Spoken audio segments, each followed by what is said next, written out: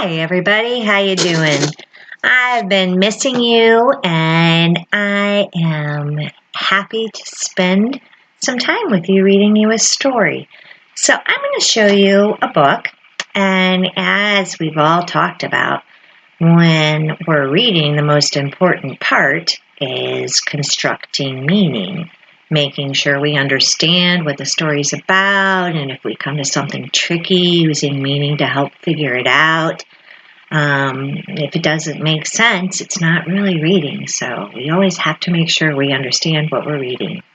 So we're going to start out by using meaning to figure out what you think the title of this book might be. Here we are. We're going to make a prediction. Looking at this, I bet you might be thinking, I've seen that dog before. I've read books about him before. That's Clifford. And he's sitting in a pile of eggs. Those look like they're Easter eggs. They're all decorated. I bet this book is something about Clifford and Easter. So we're going to look and see. And lo and behold, there it is, Clifford's Happy Easter. So I'm going to read this to you here.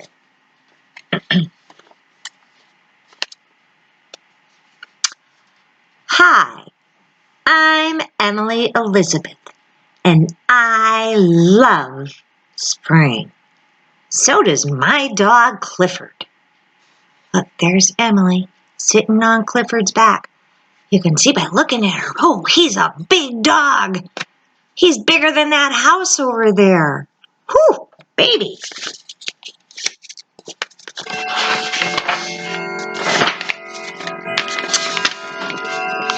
The best part of springtime is Easter. We are in the season of spring, and Easter is this weekend, isn't it? It's on Sunday. Oh, look, there's the mama bird feeding her baby birds. Last spring, Mom and Dad bought us a lot of eggs to color for the big Easter egg hunt. Oh, look at all those eggs there.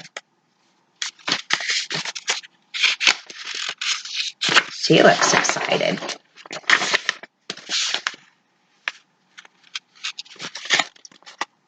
On the day before Easter, I dyed the eggs. Clifford wanted to help. Poor Clifford. He wasn't very good at painting the eggs. Look at Clifford. He's so strong. When he tried to paint the eggs, here he is. He's trying to paint them, and he just smashed them.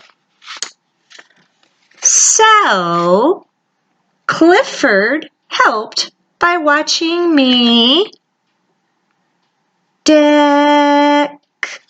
decorate the eggs. He's a good watcher. We can break off that first part of a word to help us read a bigger word, can't we?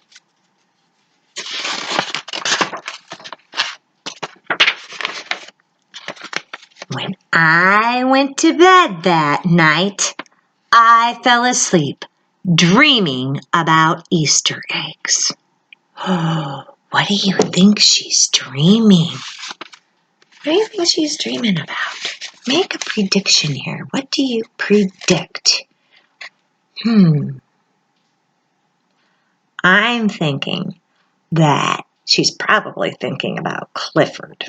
She's probably thinking about Easter because she was pretty excited about Easter when she went to bed, wasn't she?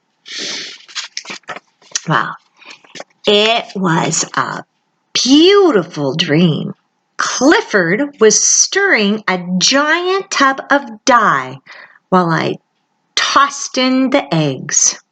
Whoa, you have to make sure you don't toss those eggs in too hard or they might break too.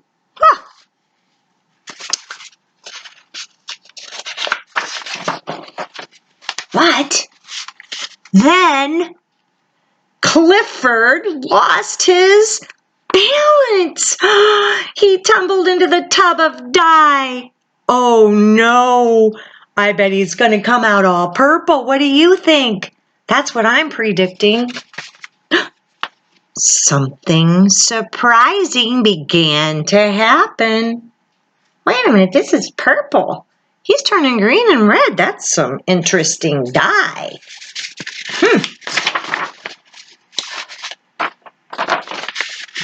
Suddenly, Clifford was bright green. Oh no! It was just like St. Patrick's Day. And look, here's Emily Elizabeth. She has a funny little hat on too. They're all ready for St. Patrick's Day. Then he turned a sunshine yellow. This was becoming a very strange dream. I grabbed a brush and began to dab on purple polka dots. Clifford looked good in polka dots, but what? Is something better than polka dots? Maybe she's going to do something. They didn't last long. The purple dots turned into squares, and Clifford looked like, what's he look like there? Look, his dots, his circles, they're kind of rounded squares. Now it looks like a giant checkerboard. I didn't like that. I threw on some more dye. Red dye, what do you think that might do? I don't know, the purple didn't make him turn purple.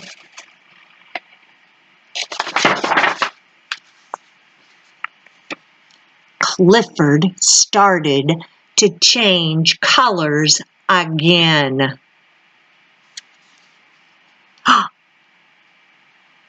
Now he was red, white, and blue.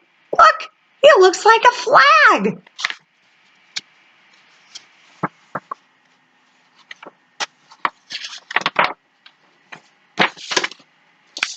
I always used to wonder if I dreamed in color. Now I know. Look, he looks almost like something you'd see in a kaleidoscope. This is like a little kaleidoscope, and you look in one end, and you turn it around, and when you turn it around, you see all different kinds of colors. That's a kaleidoscope, and that's like a kaleidoscope of colors. This was too much.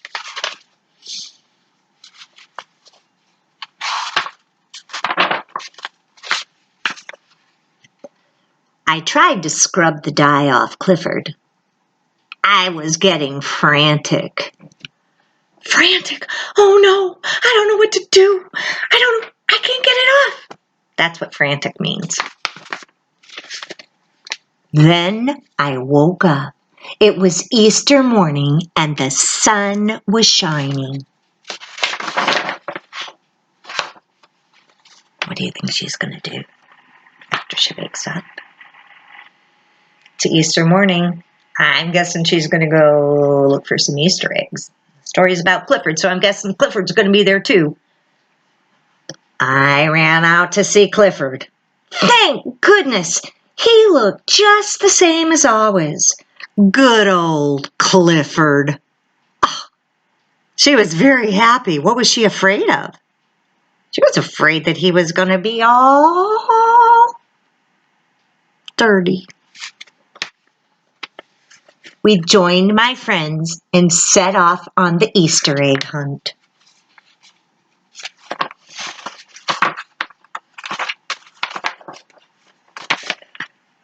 We looked high, way up in the top of the trees. Clifford's the only one that could get up there. We looked low. Oh no, look, he's about ready to tilt the man off the bench. But he got his egg.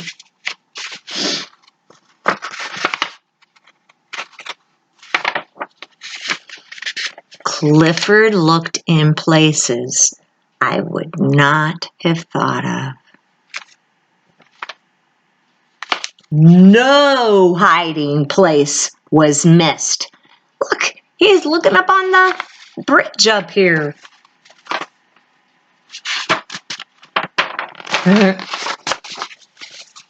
Sometimes Clifford went a little too far.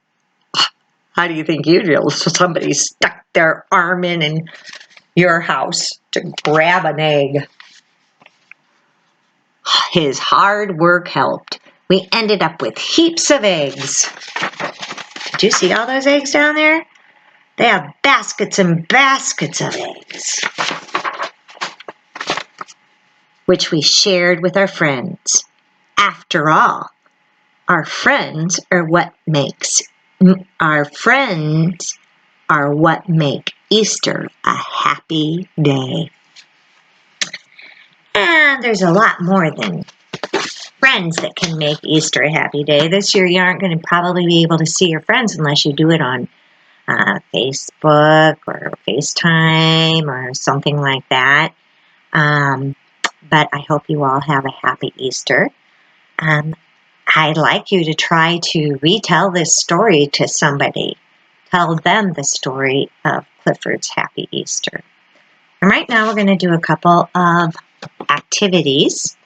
You noticed in a couple of words I started to break off that first part of a word. We've talked about that strategy a lot, breaking off that first part of a word and then going back and thinking about what would make sense, which we can look at the picture for ideas for that. And we can also look for little parts in words. If sometimes looking at the beginning of the word isn't enough, sometimes we have to look for parts in words. So that's what we're going to do right now. I'm going to take the title, I've written it out, and we have Clifford's Happy Easter. And we're going to look at some different parts here. All right, so we look at the first word. Look and see if you see any parts you know there. Any little parts? Oh, some of you might be thinking, oh, we did a lot with consonant blends. Here's that blend, coal. Oh, and there's a little word, if. Oh, and there's the word for.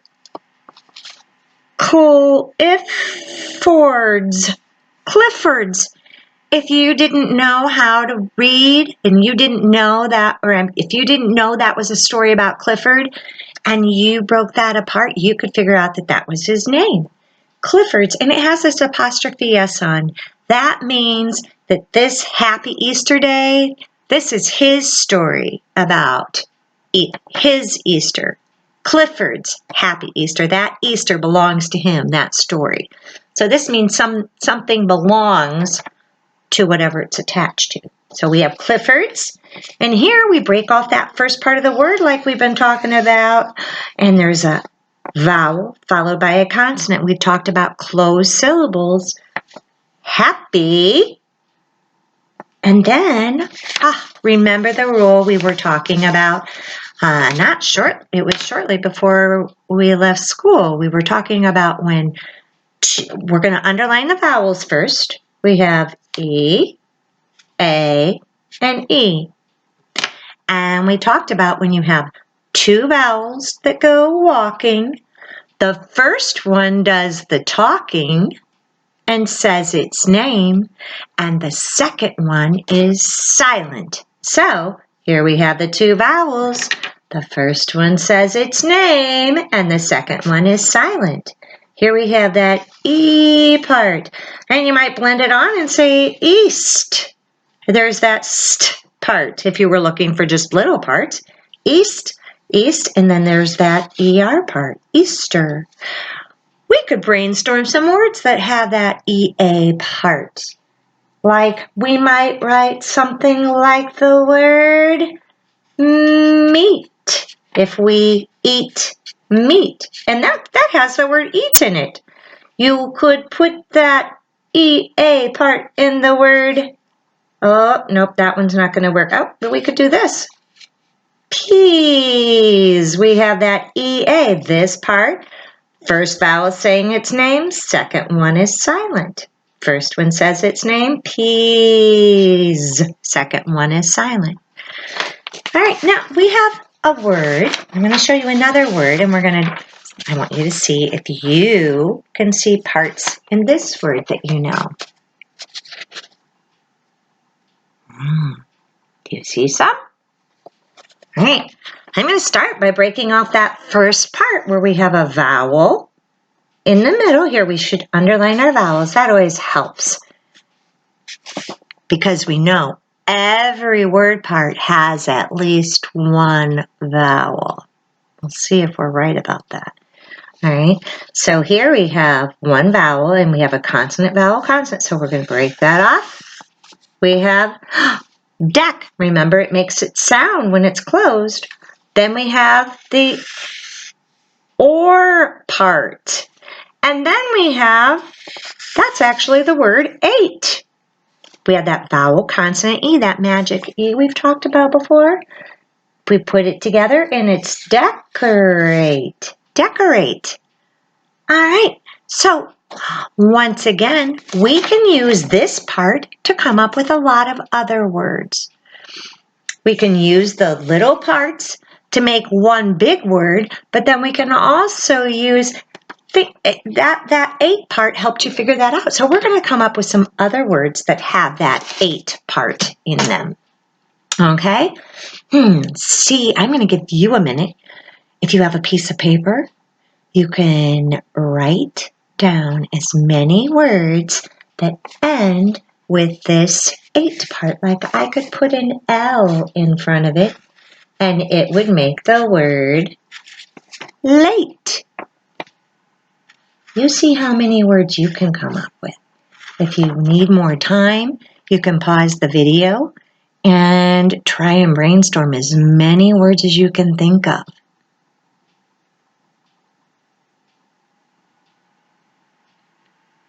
I'm going to go back now. You might want more time than that. So we have late.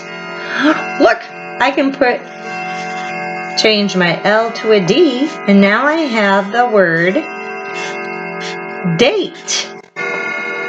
Or I could put an R in front of it, and we could have the word rate, like the word, like reading rate. Okay, like the rate, how fast you're reading, rate. Okay, then I can put a C in front of that and make it say crate. I wonder if I could do that to any of these others. Look, I'm going to see here. I'm going to put a P in front of this one, and now I have plate. All right, I'm going to give you another word here, and I want you to look for the parts. See if you can figure out what this last word is.